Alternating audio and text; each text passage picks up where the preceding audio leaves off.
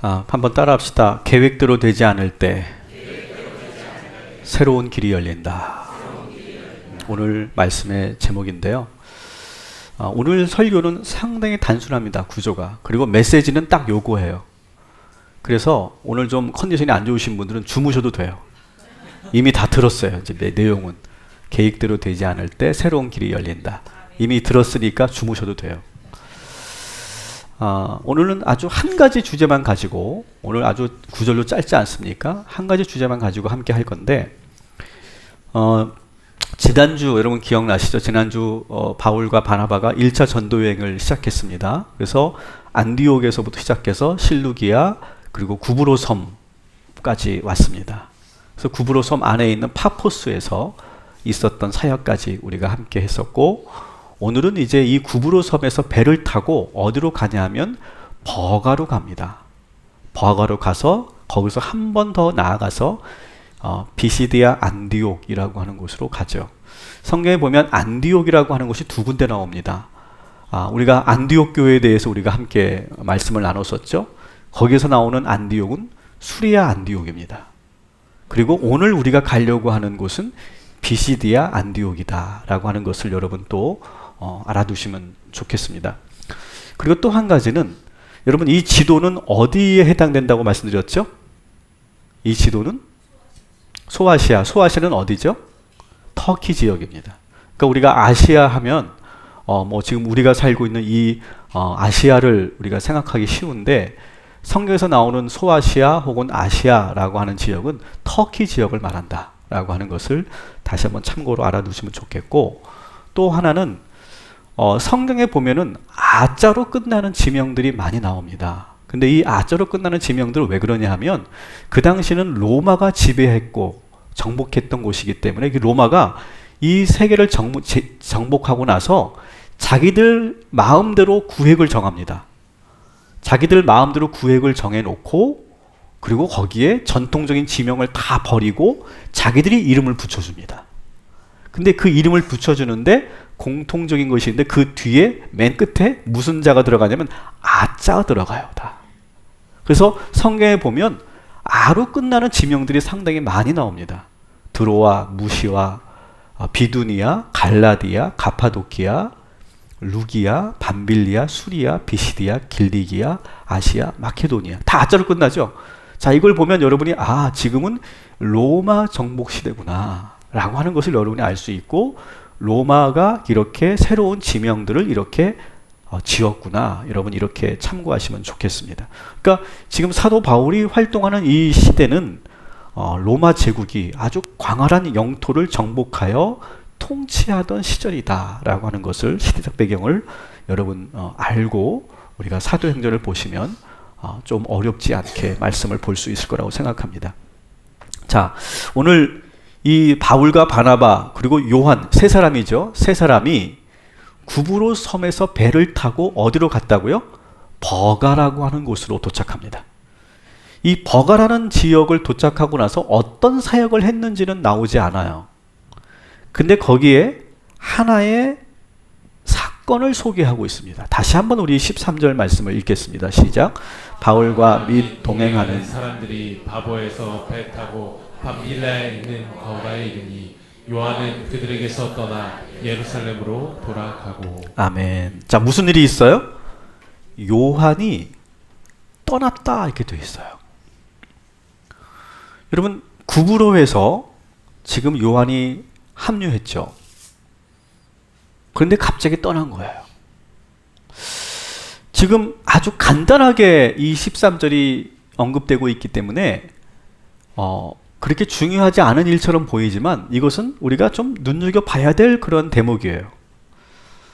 어떤 이유에서 요한이 사역을 중도에 포기했는지 우리는 여기에서 어떤 소개도 없기 때문에 잘 모릅니다. 근데 왠지 찜찜하고 뭔가 일이 있었던 것이 분명해요. 그러니까 예를 든다면 이 요한이 나는 그 구브로 섬에서 도와주고 나는 돌아가겠습니다 라고 그렇게 미리 얘기를 했다면 굳이 버가로 배를 타고 갈 이유가 없잖아요. 그냥 그 구브로 섬에서 헤어지면 되는 거예요. 근데 굳이 같이 배를 타고 버가까지 갔거든요. 근데 버가까지 가서 거기서 다시 예루살렘으로 돌아왔다라고 하는 것이 우리가 눈여겨봐야 될 내용이죠. 그러니까 무슨 일이 분명히 있었는데 이 사건에 대해서 이 사도행전의 저자 누가는 자세하게 소개하지 않고 아주 한 줄로만, 아주 간단한 팩트만 그대로 간단하게 전하고 있다라고 하는 거죠. 차라리 처음부터 아예 없었던 사람들이라면 모를까? 중간에 합류했다가 이렇게 사람이 빠져나가면 어떨까요? 힘이 빠질 거예요. 아마 여러 가지 면에서 사역하는 사람들은 그렇게 중간에 같이 하다가 딱 떠나가고 빠지면 그냥 힘이 쭉 빠지는 것을 우리가 경험하죠. 아마 이 바울과 바나바도 아마 마음이 지금 많이 속상하고 힘들었을 것 같아요. 뭐 교회도 마찬가지죠. 교회도 이렇게 같이 정말 행복하게 신앙생활을 하다가 갑자기 안 보이잖아요. 그러면 저는 그날 밤에 잠을 못 잡니다. 아, 그분이 왜 안 나오셨을까? 혹시 내가 뭘 잘못했나?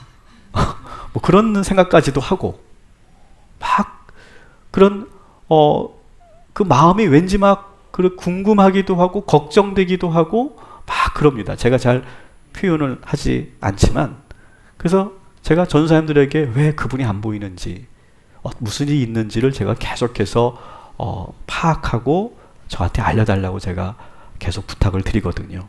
근데 제가 여러분들에게는 일부러 전화를 드리지 않아요. 부담되시니까. 근데 제 마음에는 안 보이는, 오늘도 좀 안 보이는 분들이 계세요. 오늘 잠 못 자는 날이에요. 근데 뭐 오늘 이렇게 한 주만 빠지시는 분들은 괜찮은데, 이렇게 신앙생활을 하다가 이렇게 떠나시는 분들이 있어요. 그러면 그 마음이 참 뭐라고 표현하기가 좀 어려운 그런 어려운 마음을 제가 갖게 되더라고요. 근데 오늘 이 바울과 바나바도 똑같았을 거예요. 젊은 그 요한이 자기들을 도와준다고 이렇게 딱 왔을 때 많은 기대도 있었고, 또 이 친구를 또 잘 내가 가르쳐서 또 좋은 그런 사역자로 만들어야 되겠다, 어떤 여러 가지 계획도 있었을 텐데 중간에 이 요한이 떠나버리니까 지금 상당히 이 두 사람이 망연자실하고 힘들었을 거예요. 여러분, 요한이 떠난 사건은 제법 큰 사건이었어요. 왜냐하면 15장을 여러분 앞으로 보시면, 우리가 나중에 자세히 보겠지만 15장에 보면 이 사건으로 인해서 아주 큰 다툼이 일어나거든요. 그래서 그때 우리가 좀 더 자세히 다루겠는데, 분명히 이 요한이 버가에서 떠난 사건은 그냥 단순한 사건이 아니라 그 안에 무슨 일이 있었어요. 지금도 그것은 밝혀지지 않지만 분명히 아주 심각한 문제가 있었던 거예요. 그런데 누가는, 이 사도행전을 쓴 누가는 일부러 그 사건을 자세하게 소개하지 않고 있어요. 이건 왜 그러냐면 바울과 바나바가 이 사건을 크게 보지 않았다라고 하는 거예요. 분명히 두 사람은 힘이 빠졌겠지만 이 일에 매이지 않는다는 거예요. 오히려 마치 아무 일이 없었던 것처럼 그들은 버가에서 우왕좌왕하지 않고 곧바로 비시디아 안디옥으로 넘어갑니다. 사랑하는 성도 여러분, 한 주간 여러분이 사시면서 뜻하지 않은 일들을 만나셨습니까? 원치 않는 일들을 만나셨습니까? 여러분 마음을 무겁게 하고 또 여러분의 발목을 붙잡는 그런 일들이 있으셨습니까? 아무리 여러분 큰 일이고 심각한 일이라 할지라도 오늘 이 말씀을 들으시고 여러분 거기에 매이지 마시고 여러분의 페이스를 놓치지 마시기를 주님의 이름으로 축원합니다. 지금 오늘 이 예배를 통해, 이 말씀을 통해 여러분의 발목을 붙잡고 있는 것으로부터 자유해지시기를 주님의 이름으로 축복합니다. 오늘 이 시간 기도할 때 하나님께서 그런 자유함을 허락하여 주실 줄 믿습니다. 바울은 어떻게 이렇게 냉철하면서도 쿨하게 이 사건을 받아들일 수 있었을까? 지금 앞으로 이 바울과 바나바가 해야 될 사역이 너무나 중요하기 때문에 그래요. 목사에게 주일은 너무 중요한 사역이죠. 그래서 때로는 저는 그런 생각을 많이 해요. 저는 설교하다가 순교하는 것이 목사의 길이라고 생각해요. 너무 중요한 사역이기 때문에 저는 이 강단에서 무슨 일이 있어도 이 강단을 지키다가 하나님이 부르시면 가겠다. 왜? 너무나 중요한 일을 내가 감당하고 있기 때문에. 지금 이 바울과 바나바가 지금 그런 사명감을 가지고 있는 거예요. 아마 인간적으로 지금은 많이 불편하고 어렵겠지만 지금 너무나 중요한 그런 전도 일정이 남아있기 때문에 그 지금의 이 문제에 매이지 않는 거예요. 붙잡히지 않는 거예요. 사실 이 문제는 나중에 15장을 보면 알겠지만 바울이 상당히 많이 상심하고 화가 났던 사건이에요. 그때는 막 그 자신의 그 화를 컨트롤하지 못하고 막 분을 냅니다. 근데 지금은 일단은 그 감정을 잘 추스리고 있어요. 컨트롤하고 있어요. 그러면서 이 바나바와 바울이 여전히 한 팀이 되어서 서로를 붙잡아주고 이겨가면서 의지하면서 지금 이 힘 빠지는 일을 잘 극복하고 있다라고 하는 거예요. 여러분, 만일 누군가가 지금 힘 빠져서 쓰러지려고 할 때 여러분 바울이 되시고 바나바가 되셔서 그들을 잘 붙잡아 주시기 바랍니다. 그리고 여러분 주변에도 바로 그러한 사람들이 꼭 있어서 그들의 중보를 받고 그들의 기도를 붙잡는, 그래서 다시 힘을 얻는 우리 모두가 되기를 바랍니다. 우리가 교회에서 사역을 하다 보면 이런 일이 참 많아요. 우리가 뭐 예를 든다면 뭐 이런 거예요. 우리가 전교인 수련회를 하자 이렇게 하고 작정을 하고 쫙 준비를 합니다. 근데 그 사이에서 많은 사탄의 방해가 있어요. 그러면 우리는 분명히 목적지가 전교인 수련회인데 그 수련회까지 가지 못하고 중간에 와해가 되고 우왕좌왕하고 거기서 포기가 되고 그리고 없던 일이 될 때가 참 많아요. 교회 일이. 세상 일도 마찬가지예요. 우리가 뭔가 분명히 목표를 잡았는데 방향을 딱 설정했는데 중간에 여러 가지 태클이 걸리고 여러 가지 문제가 생기면서 그걸 끝까지 감당하지 못할 때가 있어요. 여러분, 오늘 이 말씀을 들으시는 분들, 여러분이 지금 가고 있는 그 길을 오늘 한 주간, 이번 한 주간 멈추지 마시고 끝까지 걸어가시기를 주님의 이름으로 축원합니다. 오늘 그래서 13절, 14절이 저에게 참 은혜가 되는 그런 구절이 있습니다. 우리 한번 같이 읽어보겠습니다. 시작. 요한은 그들에게서 떠나 예루살렘으로 돌아가고 그들은 버가에서 더 나아가 비시디아 안디옥에 이르러 안식일에 회당에 들어가 앉으니라. 아멘. 자, 따라합시다. 더 나아가. 자, 그들은 버가에서 어떻게 했다고요? 더 나아갔다는 거예요. 더 전진했다는 거예요. 여러분, 어떤 문제에도 매이지 마십시오. 지금 여러분이 작정하고 하기로 했던 그 일, 여러분 끝까지 감당하시기를 주님의 이름으로 축원합니다. 그리스도인은 그런 사람들이에요. 한 번 목표를 세우고 한 번 방향을 잡으면, 한 번 그 지점을 세우면 그것을 끝까지 밀고 가는 사람들. 버가에서 어려운 일이 있었지만 이 두 사람 훌훌 털고 바로 비시디아 안디옥으로 갑니다. 그들은 안디옥에 도착하자마자 뭐 합니까? 오늘 말씀에 보니까 회당으로 들어가요. 그죠? 회당으로 들어가. 제가 지난주 말씀드렸죠. 13장 5절에도 보면 구브로 섬에 가장 먼저 도착하자마자 어디로 들어갑니까? 회당으로 먼저 가요. 앞으로 계속 우리가 보겠지만 이 바울은 전도행을 하면서 항상 처음 가는 그 지점에서 항상 회당으로 들어갑니다.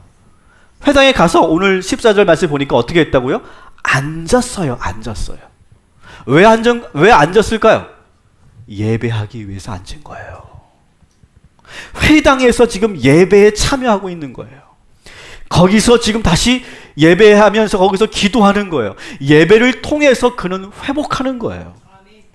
그리고 거기서 지금 다시 힘을 얻고 있는 거예요.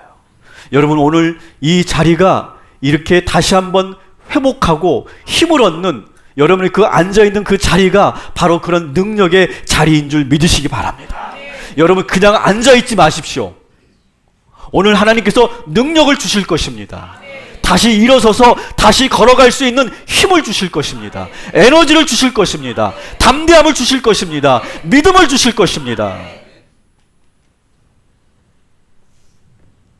예배 안에서 그들이 들려지는 하나님의 말씀을 듣고 기도하면서 새 힘을 얻는 거예요. 마가 요한 때문에 힘들었지만 예배를 통해 다시 회복하는 거예요. 여러분, 지난 한 주간 우리를 너무 아프게 하고 힘들게 하고 우울하게 하고 약하게 만들었던 일들 많이 있었죠. 많은 소리 들었죠. 많은 사람들 만났죠. 오늘 이 예배를 통해 모든 것이 다 회복되기를 주님의 이름으로 축복합니다. 나사렛 예수 그리스도의 이름으로 명합니다. 여러분의 마음속에 여러분을 넘어뜨리려고 했던 그 모든 사건들, 모든 사람들, 모든 소리들 물러나고 하나님께서 말씀으로 새롭게 덧입혀 주실 줄 믿습니다. 이 두 사람은 항상 처음 들어가는 지역을 가면 먼저 회당에서 예배했다고 말씀드렸어요. 여러분, 그들은 항상 전도를 하면서 회당에 먼저 들어가서 기도하고 예배하는 것이 그들의 사역 매뉴얼이었어요. 오늘 여러분들에게 드린 것도 하나의 매뉴얼이죠. 여러분, 이대로 해주십시오 라고 여러분들에게 이 매뉴얼을 드린 거예요. 그래서 이 매뉴얼대로 우리가 하는 거예요. 마찬가지예요. 이 바울도 전도여행을 하면서 항상 처음 가는 지역에서는 기도하는 거예요. 그리고 회당에서 예배하는 거예요. 따라합시다. 신앙생활은 감정이 아닙니다. 여러분, 신앙생활은요, 감정이 아니에요. 아마 오늘 이 자리에 오신 분들이든 안 오신 분들이든 아마 눈 떴을 때 그랬을 거예요. 아, 오늘 교회를 갈까 말까, 기분은 좀 갈 마음이 아닌데. 그래서 안 오신 분들이 여기 빈자리예요 지금. 근데 그런 생각했다가 그래도 가야지 하고 온 분들이 바로 이 자리에 계신 거예요.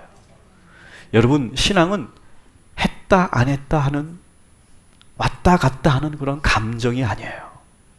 신앙생활은 뭔가 신비한 환상 체험을 하는 것이 아니에요.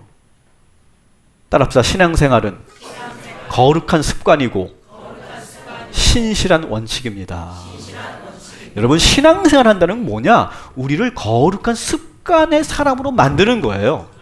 그리고 한번 내가 정한 것을 신실하게 지키는 원칙을 가지고 있는 사람들이 그리스도인인 거예요. 여러분, 이것이 계속 반복될 때 그때 우리 안에 놀라운 일이 일어나죠.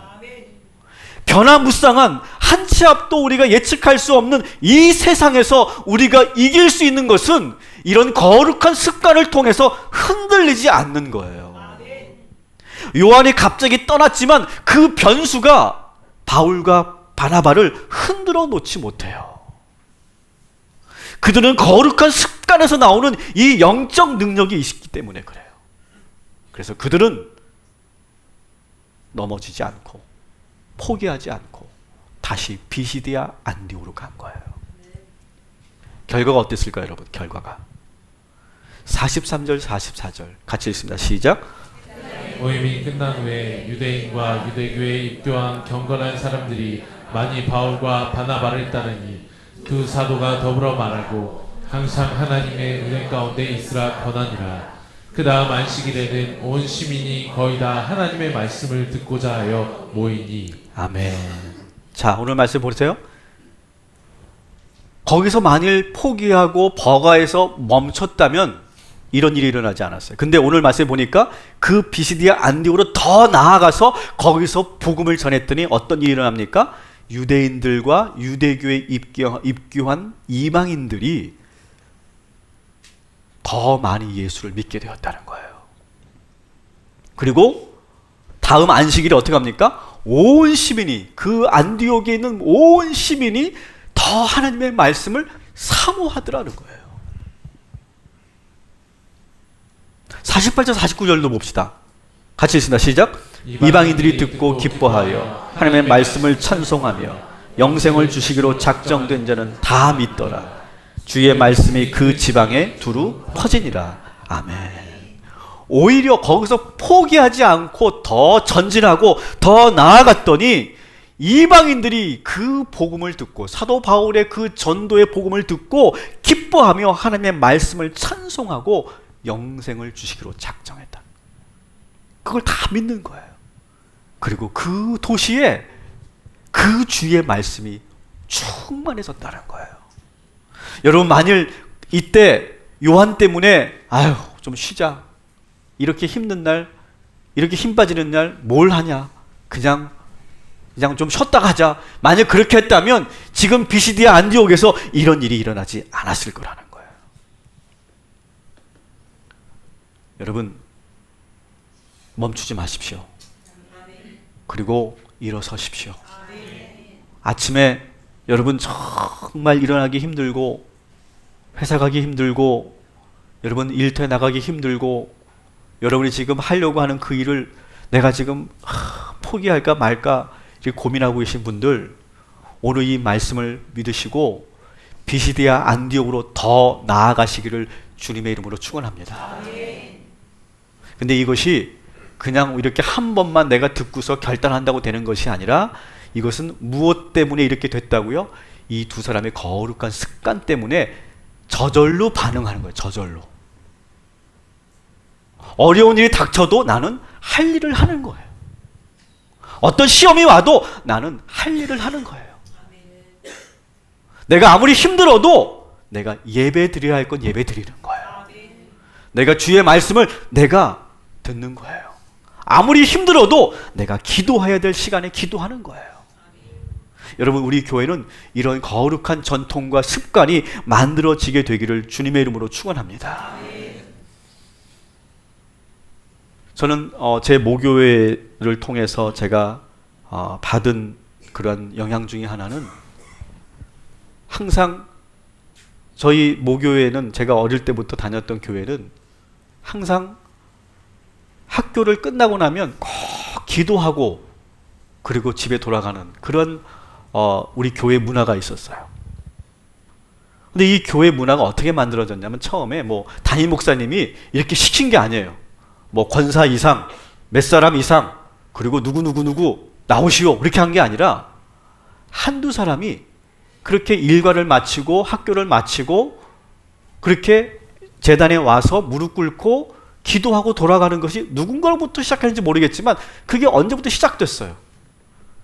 근데 제가 어릴 때 우리 교회의 선생님들이 먼저 그걸 시작했어요. 그분들 가운데 이미 다 지금은 장로님이 되시고 목사님 되신 분이 많은데, 그분들이 그냥 묵묵히 그거를 한 해, 두 해, 5년, 10년 쭉 했어요. 근데 저는 그걸 어릴 때 많이 보고 자랐는데 진짜 전혀 느낌이 없다가 점점 나도 해볼까? 친구들이 나도 저 선생님처럼 해볼까? 하면서 친구들끼리 우리가 또 해보는 거예요. 근데 뭐 중학교 1학년짜리들이 뭘 하겠어요. 기도 한 1분 하고 뒤에서 키득키득거리고 웃고 장난치고 하는 게 전부였어요. 그래도 그 선생님들이 하는 걸 보면서 우리가 따라하고 또 그러면 우리 후배들이 우리를 또 따라하고, 그러면서 그것이 교회 전반의 문화가 됐던 적이 있었어요. 전통이 됐던 적이 있었어요. 여러분, 저는 목회가 뭐냐, 저에게 한마디로 묻는다면 저는 목회가 이거라고 생각해요. 우리 성도들에게 거룩한 습관을 만들어주는 일. 우리 동탄 꿈의 교회를 다니시는 여러분들은 거룩한 습관을 갖게 될 것입니다. 이것도 거룩한 습관 중에 하나겠죠.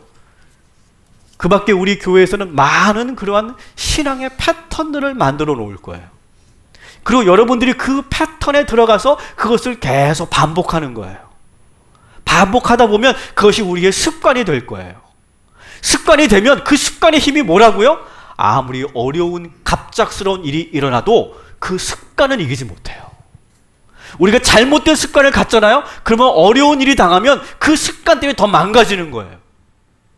그런데 우리가 좋은 습관, 거룩한 습관을 우리가 가지고 있으면 아무리 어려운 시험이 와도 우리는 가야 할 길을 가게 되는 거예요.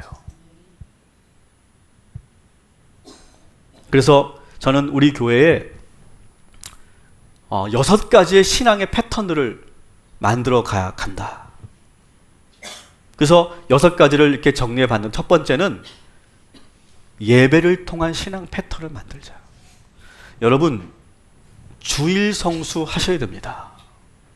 아멘을 안 하시네. 이 기본적인 것도 아멘을 안 하시네. 여러분, 주일 성수 해야 합니다. 해도 되고 안 해도 된다고 생각하지 마십시오. 반드시 하는 습관을 가지십시오. 이것을 여러분 끝까지 지켜나가잖아요. 그러면 여러분 주일날 어떤 일이 와도 우리는 예배의 자리에 오게 돼요. 그러면 승리하게 돼요. 근데 그 주일날 어려움이 왔다고 내가 포기하고 다른 데 가거나 포기하고 내가 안 가면 계속 그런 문제가 올 때마다 나의 신앙은 왔다 갔다 갈팡질팡하게 될 거예요. 그래서 한번 우리는 주일 성수를 딱 고정해 놓는 거예요. 그리고 이제 더 믿음의 사람들은 거기에 공예배가 있겠죠. 새벽 예배가 있겠고 수요 예배가 있겠고 금요 심야가 있겠죠. 그런 것을 탁탁탁 주간에 한 주간에 딱 정해 놓는 거예요. 그리고 그것을 흔들리지 않게 계속 해보세요. 그럼 제가 장담합니다. 예배가 거룩한 습관이 되신 분들은요, 웬만한 시험이 와도 웬만한 바람이 와도 흔들리지 않아요. 근데 겉으로는 아주 화려하고 겉으로는 큰 나무 같지만 뿌리가 없는 그런 성도들은요, 그냥 작은 바람에도 그냥 뿌리채 뽑히는 거예요. 예배를 통한 신앙 패턴을 우리가 만들어야 돼요. 그 가운데 기본적인 것은 주일 성수라는 것을 꼭 잊지 마시기 바랍니다. 그리고 우리 교회에서는 지금 교회력에 따른 신앙 패턴을 지금 우리가 만들어 가고 있죠. 이제 올해가 온전한 1년이기 때문에 제가 그것을 만들고 있는데, 우리가 제2수요일로 시작되는 사순절 때 우리가 특별 새벽 기도회를 우리가 쭉 했죠. 사순절 동안에. 저 순교하는 줄 알았어요. 그래도 가는 거예요. 왜? 주님께서 십자가 죽으셨는데 우리가 그런 마음으로 가야 한다. 그래서 쭉 가는 거예요. 그리고 고난주간이 찾아온 우리는 종료주일 때 성만찬 예배로 우리 모든 성도들이 함께하고, 그리고 고난주간이 되면 또 함께 모여서 그 고난의 시간들을 함께하고, 세종 목요일과 성금요일을 보내고, 그리고 부활주일 예배를 드리고 나면 우리는 그 다음에 뭐가 찾아온다고요? 기쁨의 50일. 그 기쁨의 50일을 또 우리가 기쁨으로 사는 거예요. 그래서 기쁨의 구조를 붙잡고 우리가 감사하며 사는 50일을 보내는 거예요. 50일이 끝나면 뭐가 있을까요? 성령 강림절이 와요. 그때는 성령의 역사가 우리에게 쏟아지게 될 줄 믿습니다. 성령 충만해지게 될 줄 믿습니다. 그래서 우리는 또 성령으로 사는 거예요. 50일을 40일을 그리스도의 십자가의 보혈로 살고, 50일을 기쁨으로 살고, 또 그 다음을 성령 충만함으로 살고, 그리고 대강들이 찾아오면 우리는 예수 그리스도의 기다림으로 살고 소망으로 살고, 그렇게 우리가 1년을 보내는 거예요. 그런 패턴을 우리가 만들어 갈 거예요. 그리고 우리는 매일매일 신앙의 패턴을 또 만듭니다. 그래서 제가 이 교회를 처음 시작하면서부터 새벽 설교 큐티 파일을 여러분들에게 다 드렸죠. 그래서 새벽 예배 처음에 왔을 때 제가 예배 드릴 때 3명이 같이 예배 드려요. 3명. 그리고 나머지 성도들은 못 나왔어. 괜찮다. 제가 오지 못한 분들에게 새벽 설교를 제가 파일로 나눠드렸어요. 그래서 우리 성도들이 아침에 일어나면 그 말씀을 듣고 하루를 시작하는 거예요. 출근하면서 차 안에서 듣든지, 식사를 하시면서 듣든지, 중간에 듣든지, 그러면서 그 말씀으로 새롭게 매일매일 그 큐티 말씀으로 내가 신앙의 패턴을 만들어 가는 거예요. 그리고 이제 한 달 동안 이제는 우리가 기쁨의 말씀으로 우리가 또 살아가는 거죠. 이렇게 해서 우리가 매일매일 신앙의 패턴을 만들어가는 거, 이것이 대단히 중요합니다. 그리고 우리 교회에서는 이제 양육과 훈련을 통한 신앙 패턴을 만드는 거예요.